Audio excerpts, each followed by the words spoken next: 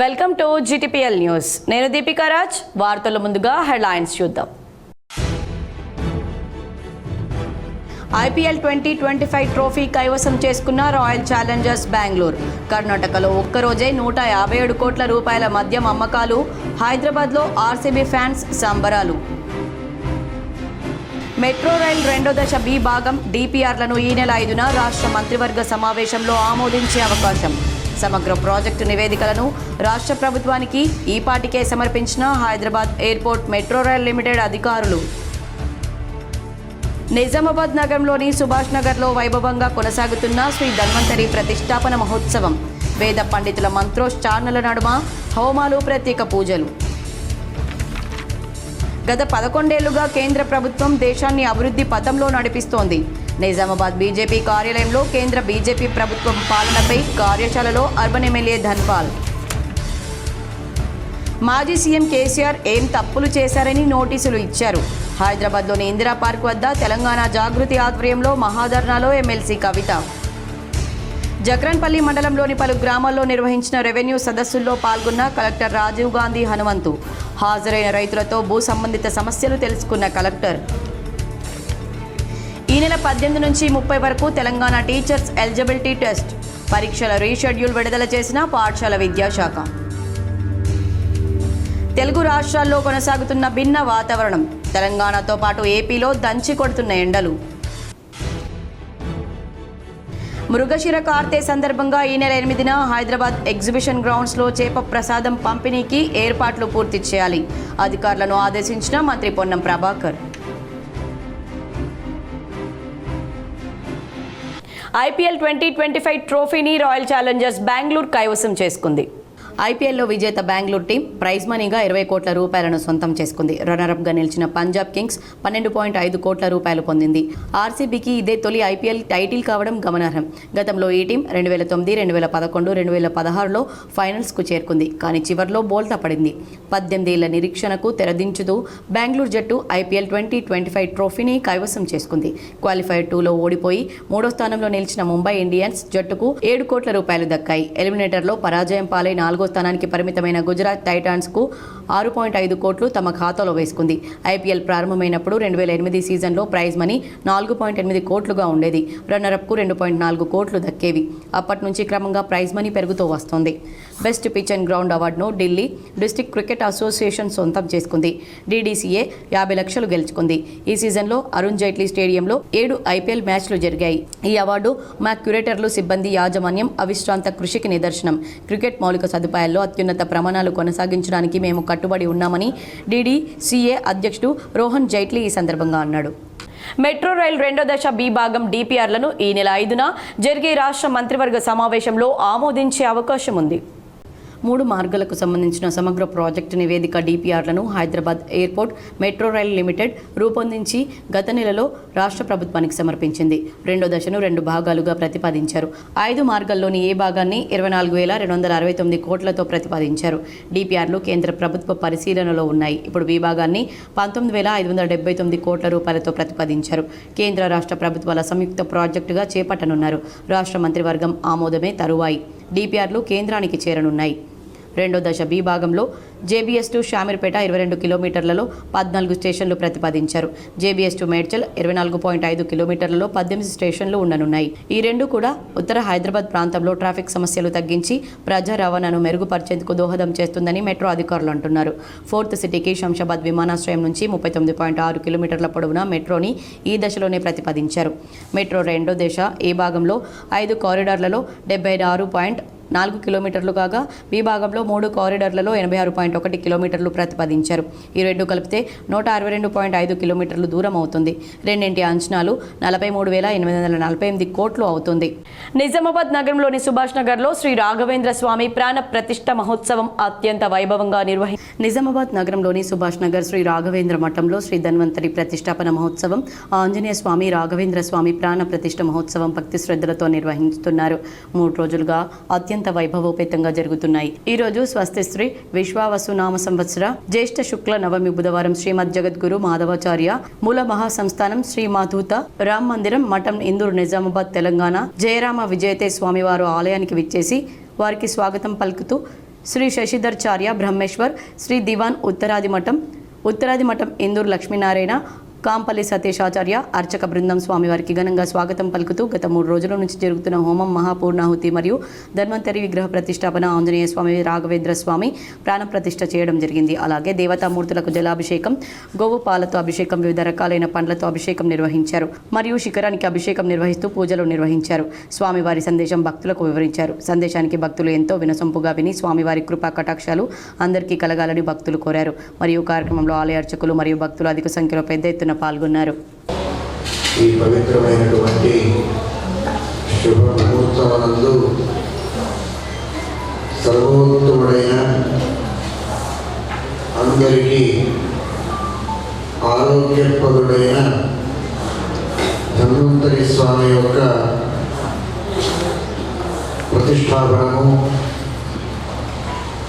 ఆంజనేయ స్వామి యొక్క పునఃప్రతిష్టాపనం, అలాగే ప్రభుత్వ దీక్షల ప్రతిష్టాపనము, రాఘవేంద్ర స్వాముల వారి పునఃప్రతిష్టాపనం, మన గురువుల ప్రతిష్టాపన కార్యక్రమం ఇందూరు గ్రామంలో ఉన్న చుట్టుపక్క ఉన్న అందరికీ భక్తులకు విశేషంగా ఆరోగ్య భాగ్యం దొరకాలి అనే ఉద్దేశంతో ఆరోగ్యప్రదుడైన ధన్వంతరి స్వామి, ఆ ధన్వంతరి స్వామి యొక్క ప్రతిష్టాపన కార్యక్రమం ఈనాడు ఇక్కడ జరిగింది. అలాగే ఆంజనేయ స్వామి, రఘుత్తమ స్వాముల వారు, రాఘవేంద్ర స్వాముల వారు, మన గురువుల వారి మృతికా బృందావన ప్రతిష్టానం కూడా ఇక్కడ జరిగింది.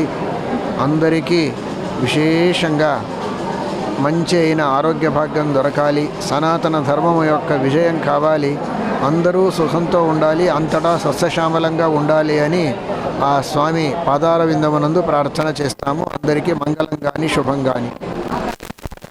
తెలంగాణలో కాంగ్రెస్ ప్రభుత్వం కమిషన్లు, కాంట్రాక్టర్ల కోసమే పనిచేస్తోందని, కాళేశ్వరం ప్రాజెక్టు విషయంలో కేసీఆర్కు నోటీసులు ఇచ్చిన కమిషన్ ఈ ప్రాజెక్టు కోసం 90% పంప్ హౌస్లు కట్టిన మేఘా కృష్ణారెడ్డికి ఎందుకు నోటీసులు ఇవ్వలేదని బీఆర్ఎస్ ఎమ్మెల్సీ కల్వకుంట్ల కవిత ప్రశ్నించారు. బుధవారం తెలంగాణ జాగృతి ఆధ్వర్యంలో ఇందిరా పార్క్ ధర్నా చౌక్ వద్ద నిర్వహించిన మహాధర్నాలో మాట్లాడిన కవిత, కాళేశ్వరం ప్రాజెక్టు అంటే కేవలం 3 బ్యారేజీలా అని ప్రశ్నించారు. ఈ ప్రభుత్వం వేసిన కమిషన్ కాళేశ్వరం మిషన్ కాదని, అది కాంగ్రెస్ కమిషన్ అని ఆరోపించారు. కేసీఆర్ కాబట్టి కాళేశ్వరం లాంటి మల్టీ లెవెల్ లిఫ్ట్ ఇరిగేషన్ ప్రాజెక్టును ఆలోచన చేశారని, అదే కాంగ్రెస్ ఇటువంటి ప్రాజెక్టును ఏనాడైనా ఆలోచన చేసిందా అని ప్రశ్నించారు. ప్రాణహిత చేవెళ్ల ప్రాజెక్టులో తెలంగాణకు కేవలం 16 టీఎంసీలు మాత్రమే వచ్చేలా కాంగ్రెస్ ప్రభుత్వం ఆలోచన చేస్తే దాన్ని కేసీఆర్ మార్చి 141 టీఎంసీలకు పెంచారని చెప్పారు. కాళేశ్వరంతో కేసీఆర్కు పేరు వస్తుందని, ఆయన్ను బద్నాం చేయడానికి కుట్ర చేస్తుందన్నారు. నీళ్లిచ్చిన కేసీఆర్కు నోటీసులు ఇవ్వడం అంటే ఇది నిజంగా సిగ్గుచేటని కాంగ్రెస్ నాయకులారా ఖబర్దారని హెచ్చరించారు. గోదావరి నుంచి 200 టీఎంసీల నీళ్లు బనకచర్ల ప్రాజెక్టుకు ఎత్తుకుపోతానని AP CM Chandrababu Naidu collar ఎగరేసి చెప్తుంటే దీన్ని అడ్డుకునేలా లేఖ రాయడానికి సీఎం రేవంత్ రెడ్డికి ఎందుకు ధైర్యం రావడం లేదని ప్రశ్నించారు. అఫెక్స్ కౌన్సిల్ మీటింగ్ పెట్టమని ఎందుకు అడగడం లేదన్నారు. బనకచర్లను తక్షణమే ఆపాలని డిమాండ్ చేశారు. తుపాకుల గూడెం వద్ద లింకేజ్ పాయింట్ ఉండాలని, తక్షణమే కేంద్ర ప్రభుత్వానికి రేవంత్ రెడ్డి లేఖ రాయాలని డిమాండ్ చేశారు. కాంగ్రెస్ పార్టీ తెలంగాణకు ద్రోహం చేస్తుంటే బీజేపీ మౌనంగా ఉందన్నారు. చంద్రబాబుపై ఆధారపడే కేంద్రంలో బీజేపీ అధికారంలో ఉందని, అందువల్లే చంద్రబాబు తెలంగాణ జలదోపిడీ చేస్తున్నా కిషన్ రెడ్డి, బండి సజ్జయ్ ఒక్క మాట మాట్లాడడం లేదన్నారు. బీజేపీలో ఈటల రాజేందర్ అన్న ఒక్కరే తెలంగాణ బిడ్డ ఉన్నారు అని, ఆయన సైతం మాట్లాడడం లేదన్నారు. పదవుల కోసం పెదవులు మూసుకున్నారన్న అపవాదు ఈటలన్న తెచ్చుకోవద్దన్నారు. గోదావరి పెన్నా లింకేజ్ పాయింట్ తుపాకుల గూడెం వద్ద నుంచే ఉండేలా ఈటల రాజేందర్ ప్రత్యేక బాధ్యతలు తీసుకోవాలన్నారు. తెలంగాణకు నీళ్ల విషయంలో జరుగుతున్న అన్యాయం విషయంలో సీఎం రేవంత్ రెడ్డి బీజేపీ చర్యలు తీసుకోకపోతే తెలంగాణ జాగృతి తరపున కార్యాచరణ తీసుకుంటామన్నారు.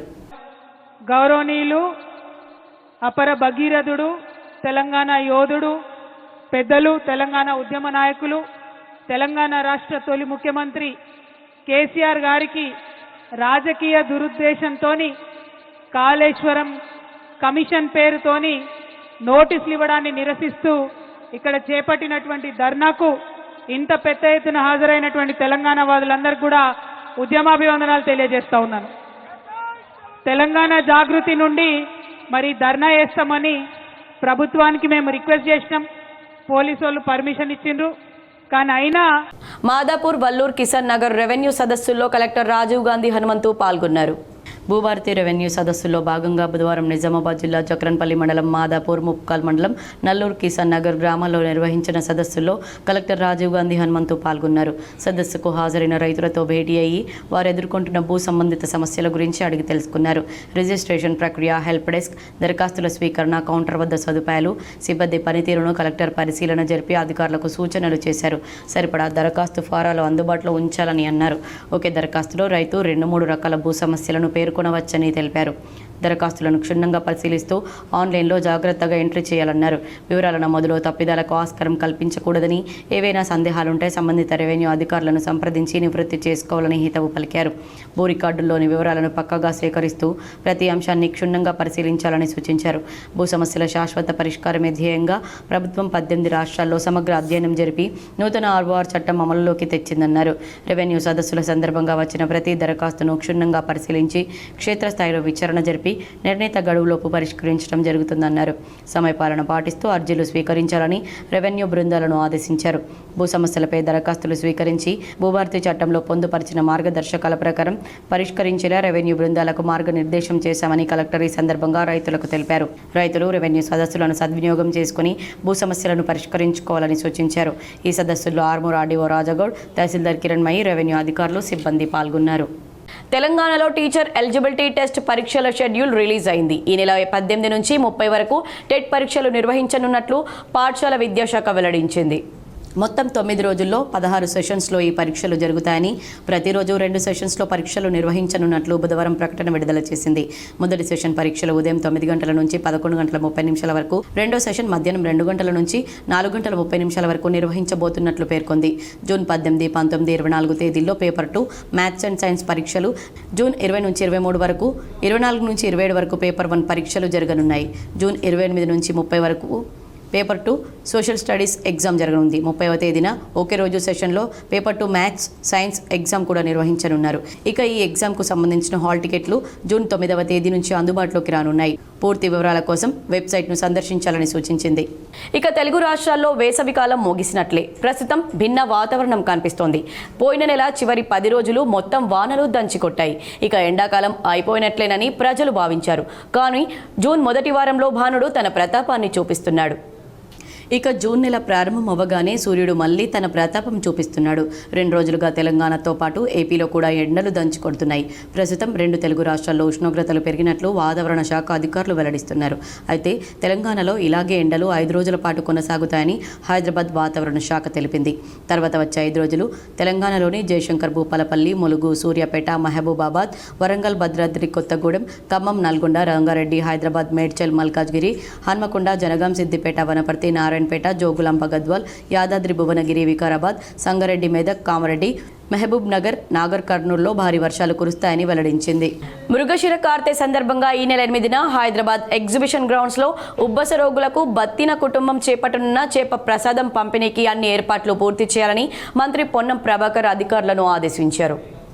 బుధవారం Ponnam Prabhakar fisheries corporation chairman మెట్లు సాయి కుమార్ ఇతర అధికారులతో కలిసి నాంపల్లి ఎగ్జిబిషన్ గ్రౌండ్లో ఏర్పాట్లను పరిశీలించారు. ఈ సందర్భంగా మాట్లాడుతూ చేప ప్రసాదం పంపిణీకి ఎలాంటి ఇబ్బందులు కలగకుండా జాగ్రత్త చర్యలు చేపట్టాలని సూచించారు.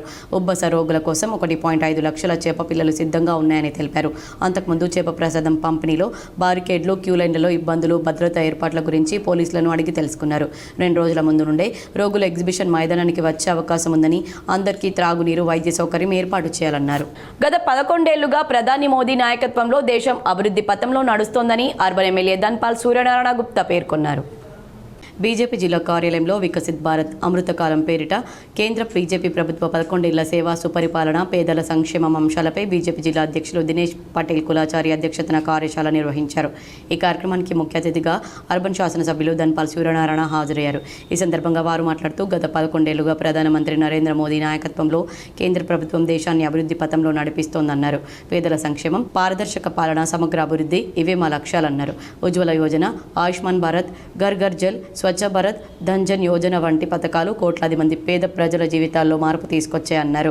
ప్రతిపక్షాలు ప్రస్తుతం ఆపరేషన్ సింధూర్ వంటి అంశాల ద్వారా ప్రధాని మోదీపై అబాసు పాలు చేయాలనే కుట్రలు చేస్తున్నాయి. ప్రజలు మోదీని విశ్వసిస్తున్నారు.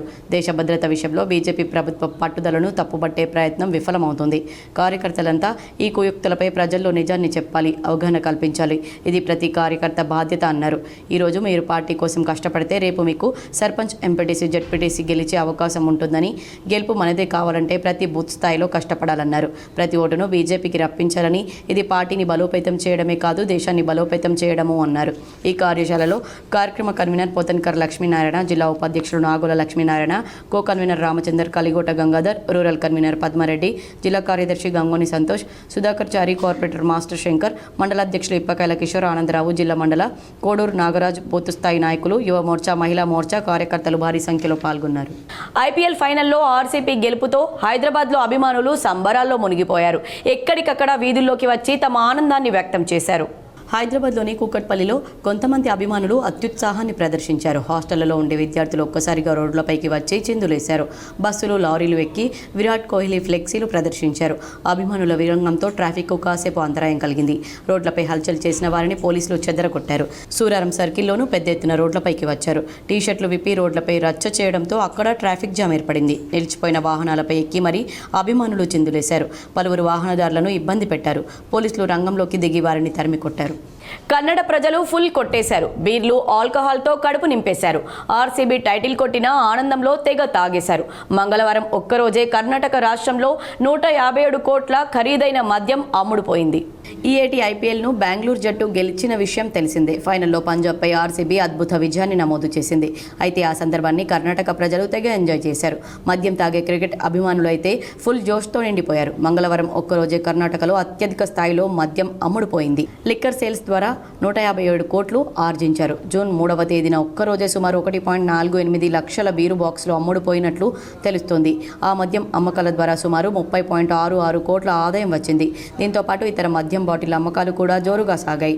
బీర్లే కాకుండా ఇతర బాటిళ్లను సుమారు 1.28 లక్షల బాక్సుల సీసాలు వినియోగించినట్లు తెలుస్తుంది. వాటి మొత్తం విలువ సుమారు 127.88 కోట్లు ఉంటుందని అంచనా వేస్తున్నారు. గత ఏడాది ఇదే రోజున కర్ణాటకలో కేవలం 0.36 లక్షల బీరు బాక్సులు మాత్రమే అమ్ముడుపోయాయి. అప్పుడు కేవలం 6.29 కోట్ల ఆదాయం వచ్చింది. ఈసారి జూన్ 3వ తేదీన కేవలం బీర్ల అమ్మకాలతో సుమారు 30.66 కోట్ల ఆదాయం వచ్చింది.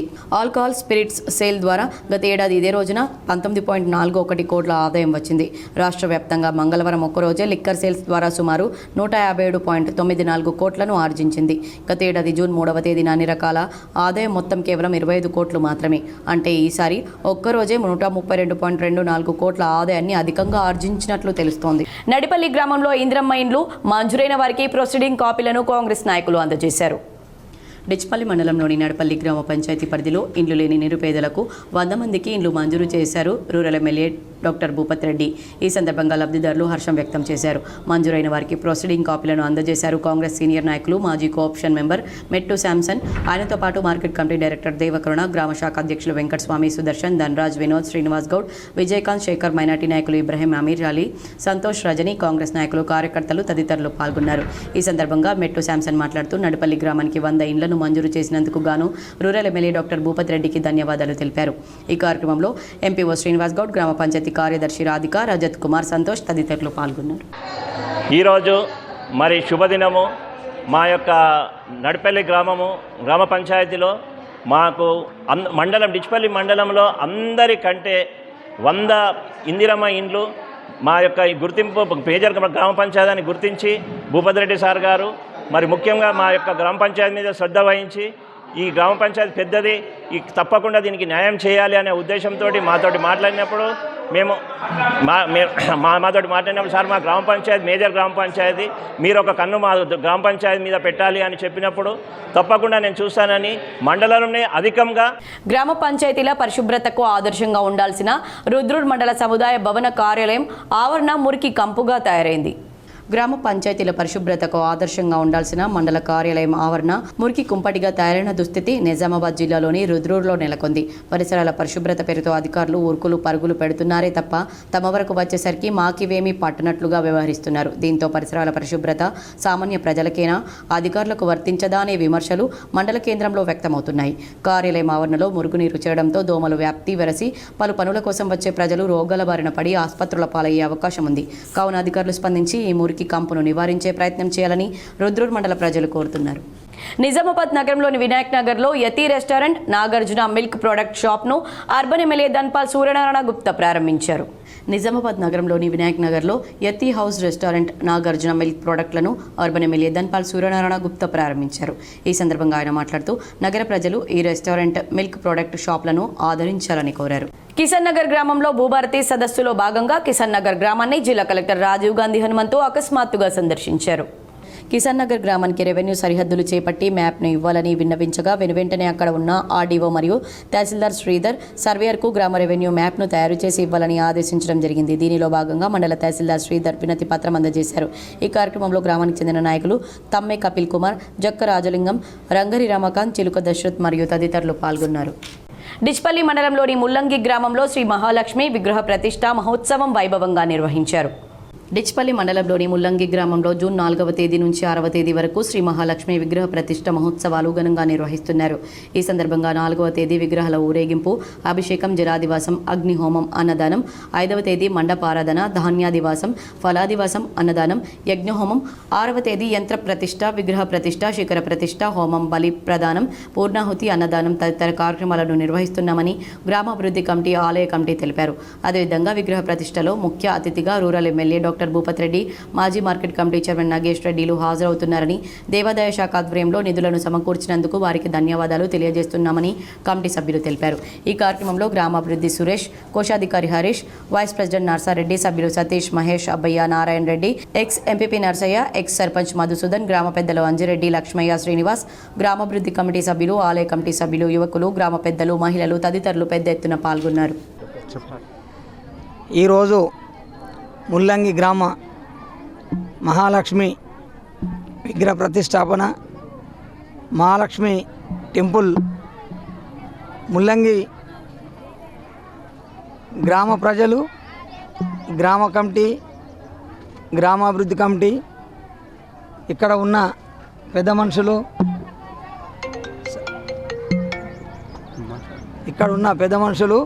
ప్రతి వారు, పిల్లలు, యూత్ కానీ, మహిళలు కానీ. నిజామాబాద్ రూరల్ మండలంలోని సారంగపూర్లో శ్రీ అభయాంజనేయ స్వామి విగ్రహ ప్రతిష్టాపన మహోత్సవం భక్తి శ్రద్ధలతో నిర్వహించారు. నిజామాబాద్ రూరల్ మండలంలోని సారంగపూర్లో అభయాంజనేయ స్వామి విగ్రహ ప్రతిష్టాపన మహోత్సవం భక్తి శ్రద్ధలతో నిర్వహించారు. ఈ సందర్భంగా ఆలయ అర్చకులు ప్రత్యేక పూజలు, హోమాలు భక్తి శ్రద్ధలతో నిర్వహించారు.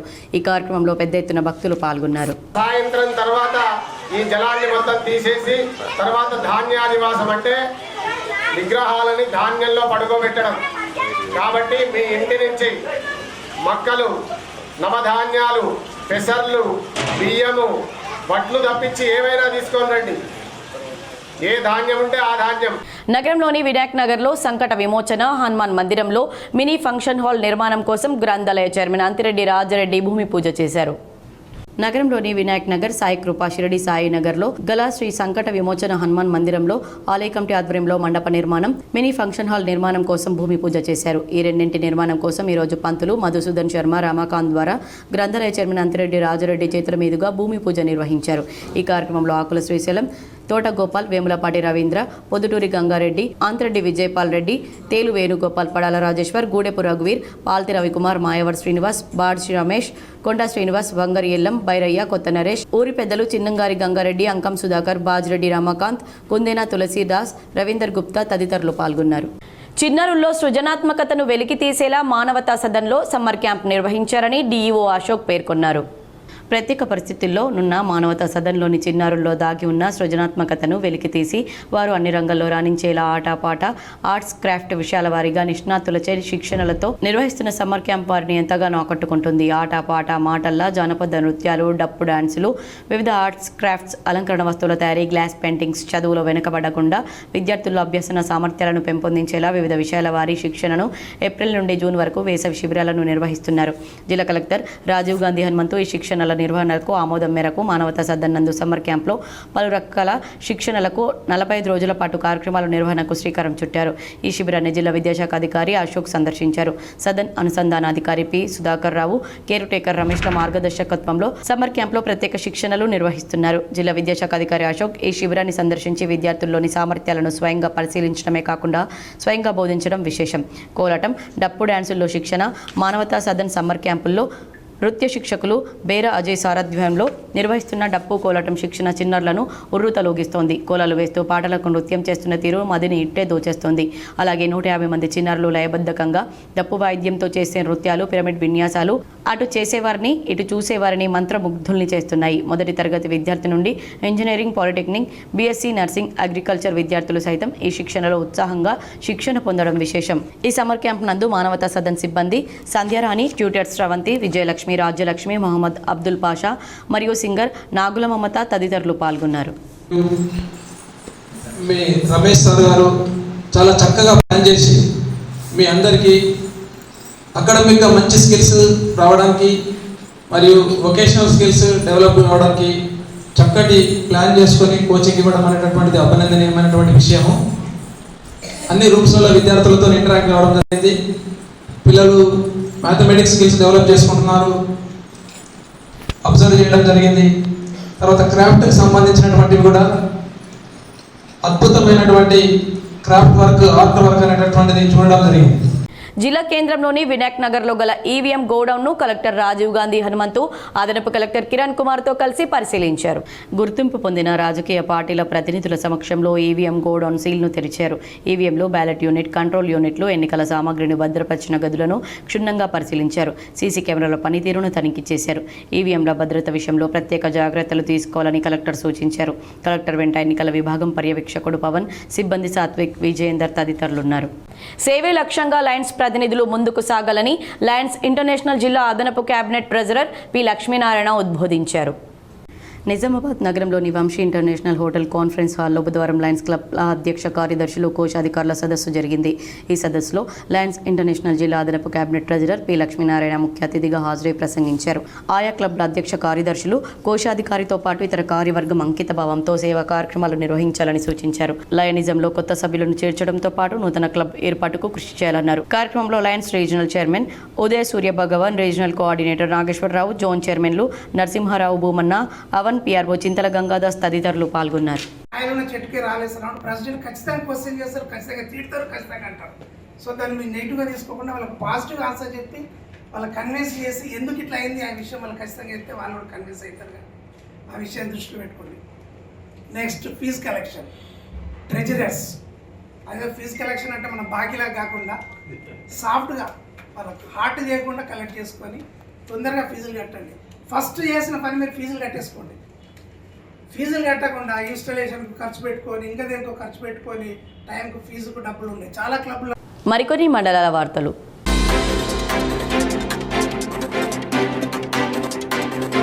ఈ నెల 3న రాత్రి గాంధీ చౌక్ దగ్గర వాహనాలను తనిఖీ చేస్తుండగా గాజులపేట నిజామాబాద్కు చెందిన గుడుమల శంకర్ మద్యం సేవించి తన వాహనం నడుపుతూ పట్టుబడ్డాడు.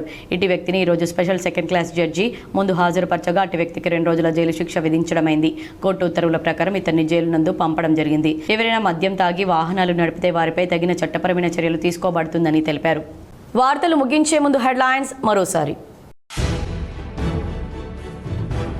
IPL 2025 ట్రోఫీ కైవసం చేసుకున్న రాయల్ ఛాలెంజర్స్ బెంగళూరు. కర్ణాటకలో ఒక్కరోజే 157 కోట్ల రూపాయల మద్యం అమ్మకాలు. హైదరాబాద్లో RCB ఫ్యాన్స్ సంబరాలు. మెట్రో రైల్ 2వ దశ B భాగం DPRలను ఈ నెల 5న రాష్ట్ర మంత్రివర్గ సమావేశంలో ఆమోదించే అవకాశం.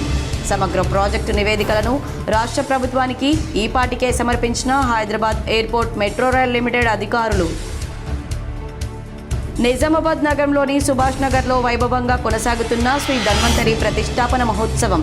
వేద పండితుల మంత్రోచ్చారణల నడుమ హోమాలు, ప్రత్యేక పూజలు. గత 11 ఏళ్లుగా కేంద్ర ప్రభుత్వం దేశాన్ని అభివృద్ధి పథంలో నడిపిస్తోంది. నిజామాబాద్ బీజేపీ కార్యాలయంలో కేంద్ర బీజేపీ ప్రభుత్వం పాలనపై కార్యశాలలో అర్బన్ ఎమ్మెల్యే ధన్పాల్. మాజీ సీఎం కేసీఆర్ ఏం తప్పులు చేశారని నోటీసులు ఇచ్చారు. హైదరాబాద్లోని ఇందిరా పార్క్ వద్ద తెలంగాణ జాగృతి ఆధ్వర్యంలో మహాధర్నాలో ఎమ్మెల్సీ కవిత. జక్రన్పల్లి మండలంలోని పలు గ్రామాల్లో నిర్వహించిన రెవెన్యూ సదస్సుల్లో పాల్గొన్న కలెక్టర్ రాజీవ్ గాంధీ హనుమంతు. హాజరైన రైతులతో భూ సంబంధిత సమస్యలు తెలుసుకున్న కలెక్టర్. ఈ నెల 18 నుంచి 30 వరకు తెలంగాణ టీచర్స్ ఎలిజిబిలిటీ టెస్ట్ పరీక్షల రీషెడ్యూల్ విడుదల చేసిన పాఠశాల విద్యాశాఖ. తెలుగు రాష్ట్రాల్లో కొనసాగుతున్న భిన్న వాతావరణం. తెలంగాణతో పాటు ఏపీలో దంచి కొడుతున్న ఎండలు. మృగశిర కార్తె సందర్భంగా ఈ నెల 8న హైదరాబాద్ ఎగ్జిబిషన్ గ్రౌండ్స్లో చేప ప్రసాదం పంపిణీకి ఏర్పాట్లు పూర్తి చేయాలి. అధికారులను ఆదేశించిన మంత్రి పొన్నం ప్రభాకర్. ఈ వార్తలు ఇంతటితో సమాప్తం. తిరిగి ప్రసారమయ్యే వార్తల్లో మళ్ళీ కలుద్దాం. అంతవరకు చూస్తూనే ఉండండి మై జీటీపీఎల్.